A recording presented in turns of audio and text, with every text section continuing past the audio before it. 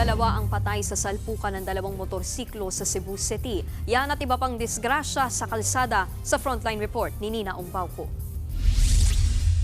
Liliko sana ang motorsiklo na ito kahapon sa Osmeña Street, Cebu City nang biglang sumalpok ito sa kasalubong nitong motor big bike.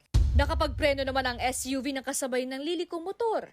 Sa isa pang CCTV, kitang nakatawid na ang motor at ang SUV. Pero patuloy sa pagharurot ang kasalubong nitong motor. Tumilapon pareho ang rider at nawasak ang kanilang motor. Ang mga kasunod na eksena, duguan at nakahandusay na sila sa kalsada. May sugod pa sila sa ospital, pero binawian din ng buhay ang dalawang rider.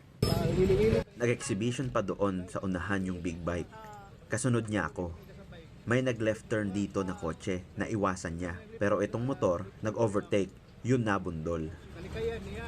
Sa investigasyon ng mga pulis, pareho raw may kasalanan ang rider ng big bike dahil sa overspeeding at ang lilikusan ng rider dahil naman sa maling pagliko sa kaliwa.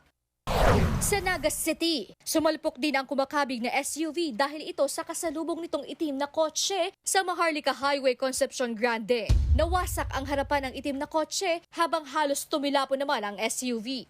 Bahagyaring sumalpok sa itim na kotse ang kasunod ditong sasakyan. Wala naman nasugatan sa insidente. Ayon sa mga pulis, nagkasundo ang mga driver na sasagutin ng may-ari ng SUV ang pinsala ng dalawang kotse. Sa parehong kalsada pa rin, tumatawid sa pedestrian lane ang lalaking yan nang mahagip siya ng isang kotse mula sa kabilang kalsada. Hindi masyadong mabilis ang takbo ng kotse pero tumilapon pa rin ang lalaki. Agad namang bumaba ang driver para tulungan ang lalaki nagtamo ng minor injuries. Nag-aregluhan naman ang dalawa.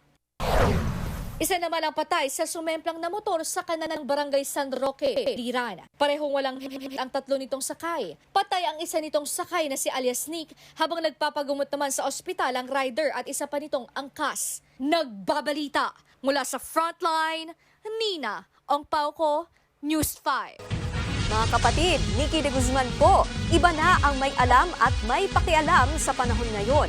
Para sa tuloy-tuloy na balitaan sa Frontline kahit weekend, mag-follow at mag-subscribe sa social media pages ng News 5.